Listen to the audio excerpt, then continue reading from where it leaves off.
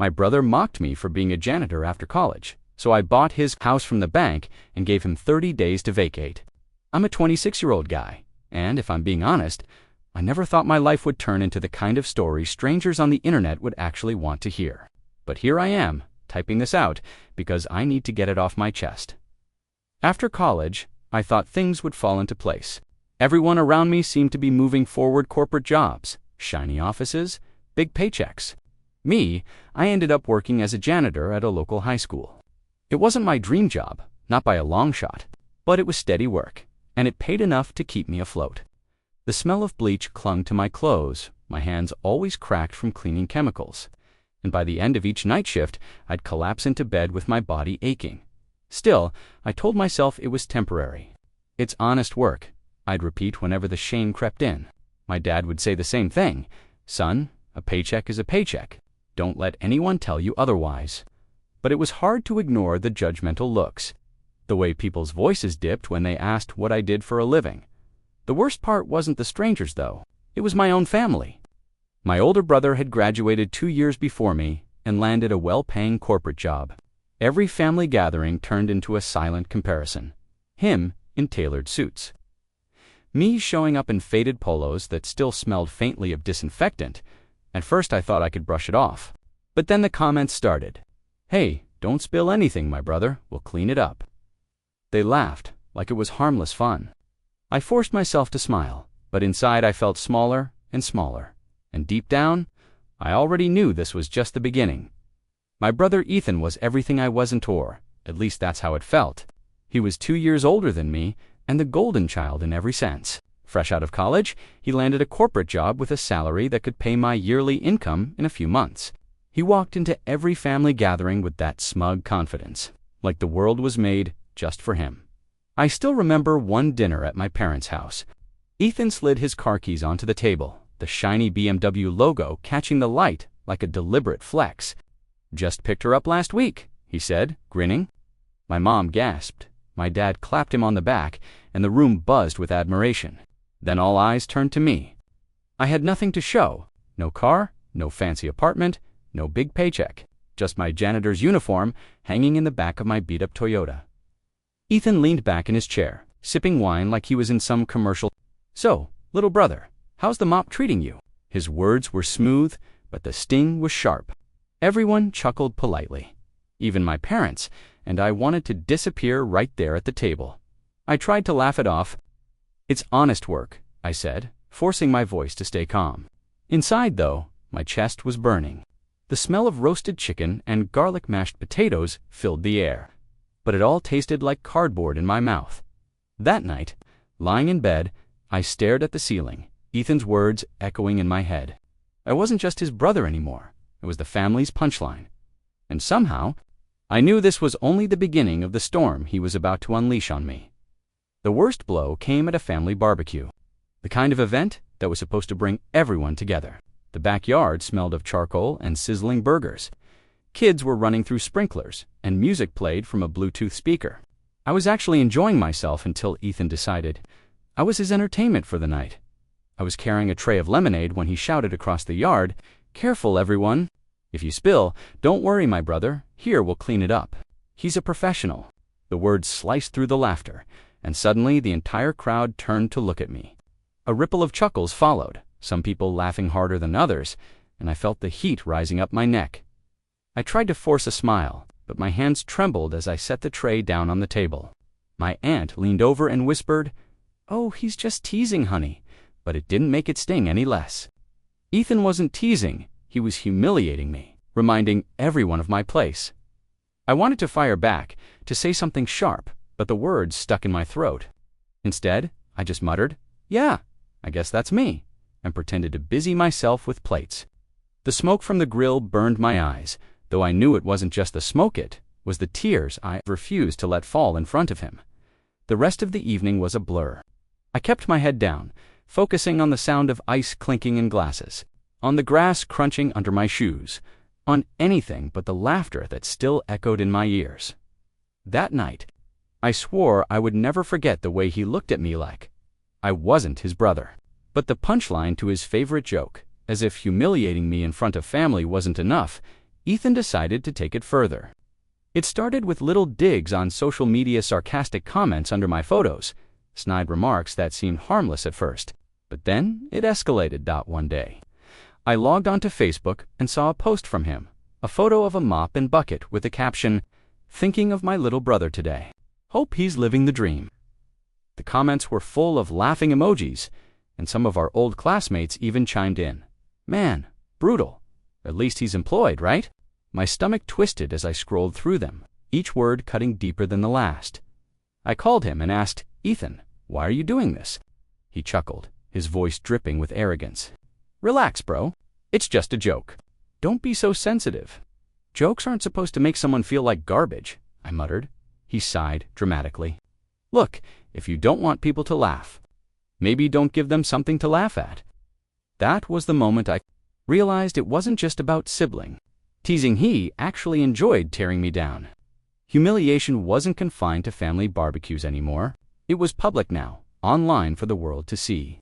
Every notification on my phone became a reminder that I was the butt of the joke.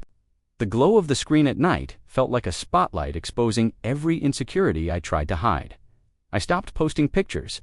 I stopped commenting on friends' updates. I even thought about deleting my accounts altogether, just to escape the constant ridicule. But deep down, another thought began to grow, small and dangerous. One day, Ethan would regret every single laugh at my expense. Being a janitor wasn't glamorous, but it was steady. I showed up every evening, pushed my cart down dimly lit hallways, and scrubbed away at floors no one ever noticed were clean. My paycheck wasn't much, but I learned how to stretch every dollar. I clipped coupons, bought secondhand clothes, and cooked cheap meals like rice and beans until I was sick of the taste. Meanwhile, Ethan lived like money would never run out. He was constantly posting photos of rooftop parties, expensive dinners, and trips to Vegas. Every time I saw his posts, I couldn't help but compare our lives, me hunched over a mop, him lounging in VIP sections with bottles of champagne. At family dinners, the contrast was impossible to ignore. "Bought a new watch," Ethan would announce, sliding back his sleeve so everyone could admire it.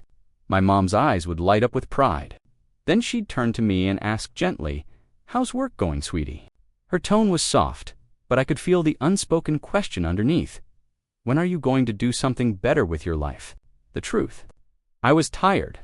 My back ached from bending over floors, my skin cracked from bleach, and my pride wore thinner every day. But while Ethan mocked me, I quietly built something he didn't even know I had. Discipline. I tracked my savings down to the last cent. I said no to luxuries so I could tuck away a little more each month. I even started putting money into a modest investment account. Ethan's life looked shiny, but I could see the cracks forming. He was living paycheck to paycheck, drowning himself in appearances. I didn't have much, but at least I had stability. And one day, that difference was going to matter more than either of us realized. The truth about Ethan's perfect life came out in the most unexpected way. A friend of mine, Mark, worked at a local bank. One night over beers, he leaned in and said quietly, "Hey, isn't your brother Ethan? He's been late on his mortgage payments. Word is, the bank's about to start foreclosure proceedings." At first, I thought Mark was joking. Ethan, the guy who bragged about Rolex watches and weekend trips to Miami. But Mark wasn't smiling. "He's in deep," he said. "Your brother's lifestyle is eating him alive." I didn't know what to say. My mind raced back to all those family dinners, the flashy posts, the smug grin whenever he reminded me I was just a janitor. All of it built on lies and debt. A few days later, I tried to confront him. "Ethan, is everything okay with your house?" I asked cautiously. He scoffed. "Why are you asking? You wouldn't understand. Money isn't your thing, because I heard you've missed some payments." For the first time, his face twitched. Just for a second, the mask slipped. Then he sneered, "Mind your own business. I've got it handled." But he didn't have it handled. That night, I couldn't sleep. The irony ate at Mimi. The brother scrubbing toilets was financially stable. While the so-called success story was crumbling behind closed doors, it should have made me feel better. But instead, it stirred something darker. For years, he'd made me feel worthless. Now, I knew the truth, and part of me wanted to hold it close, until the right moment came to use it. And deep down, I had no idea just how far this was about to go. You'd think someone drowning in debt might tone down the arrogance. But Ethan, he doubled down. It was like mocking me, gave him oxygen, kept him from facing his own failures. One night, at a cousin's birthday party, he strolled in late, wearing a designer jacket I knew he couldn't afford. He grabbed a beer, smirked at me across the room, and said loudly, "So, how's the mop life, little bro? You get promoted to head custodian yet?" The room erupted in laughter, and I felt that familiar burn of humiliation creep up my neck. I clenched my jaw and said nothing, but inside, something snapped. I knew about his debt. I knew his house was hanging by a thread, and here he was, acting like I was beneath him. I pulled him aside later. "Ethan, you need to stop. You think it's funny, but it isn't." He laughed in my face. "Oh, come on, man. Don't be so dramatic. You'll thank me someday for toughening you up." The smell of cheap beer on his breath made me nauseous. I wanted to scream, to call him out right there in front of everyone, but I held back. Not yet. That night, lying awake, I realized his mockery wasn't just cruelty, it was desperation. He needed me to look small so he could feel big. But he didn't know that the ground beneath him was already crumbling, and soon he was going to learn just how fragile his little empire really was. The night of my parents' anniversary dinner was supposed to be a celebration. The restaurant was warm and buzzing with the smell of garlic bread and grilled steak, candles flickering across polished wooden tables. Everyone dressed up for the occasion except me. I wore the only button-down I owned, a little too faded at the collar, but clean and pressed. I told myself it was enough. Ethan, of course, made his grand entrance 30 minutes late, sliding into the seat beside me with that smug grin plastered on his face.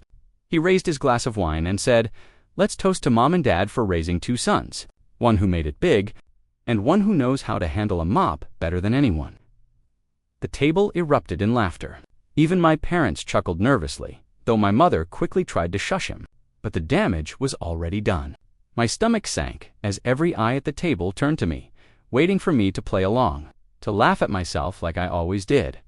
I forced a tight smile and muttered, "Cheers," but inside, I was crumbling. The clinking of glasses sounded like nails on a chalkboard. My food turned to ash in my mouth, the steak chewy and tasteless. All I could feel was the weight of humiliation pressing me down. After dinner, I slipped out early, walking alone down the cold sidewalk, my breath fogging in the night air. I kept hearing his voice, that mocking tone, the laughter it drew from everyone I loved.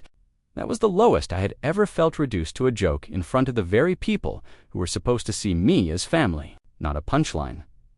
That night, I swore to myself, never again. A few weeks after that humiliating dinner, I got a call from Mark, the same friend who worked at the bank. His voice was low, almost conspiratorial. "It's happening. Your brother's house is officially going into foreclosure. If you're serious, you might have a shot at buying it."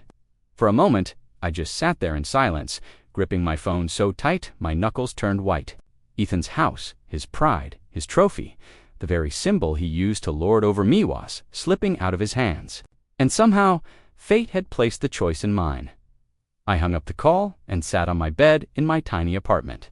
The peeling paint on the walls, the hum of the old refrigerator, the faint smell of bleach from my uniform all reminded me of the life I had lived, a life Ethan mocked. But that same life had taught me discipline, taught me how to save every penny, taught me patience. I opened my laptop and pulled up my savings account. The numbers weren't huge, but they were steady, built over years of sacrifice.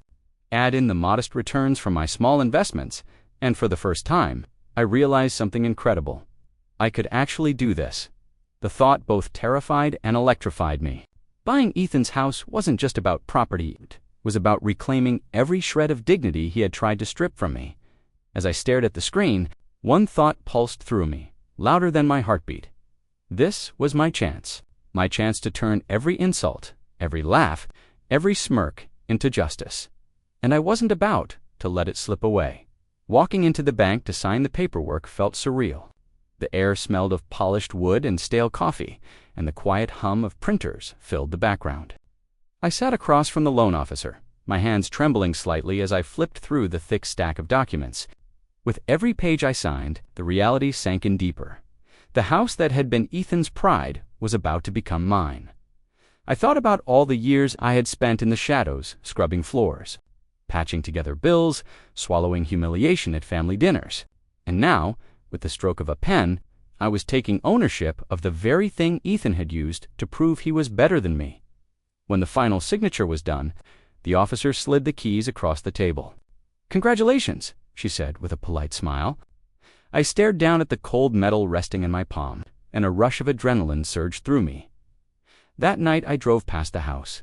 The porch light flickered, weeds pushed up through the driveway, and yet it still stood like a monument to Ethan's arrogance. I parked across the street, the cool night air seeping through my rolled-down window, and whispered to myself, "It's mine now." But this wasn't about the house. This was about the shift in power. For once, I wasn't the butt of the joke. For once, I had the upper hand, and Ethan had no idea what was coming next. I'll never forget the look on Ethan's face when I showed up at his door.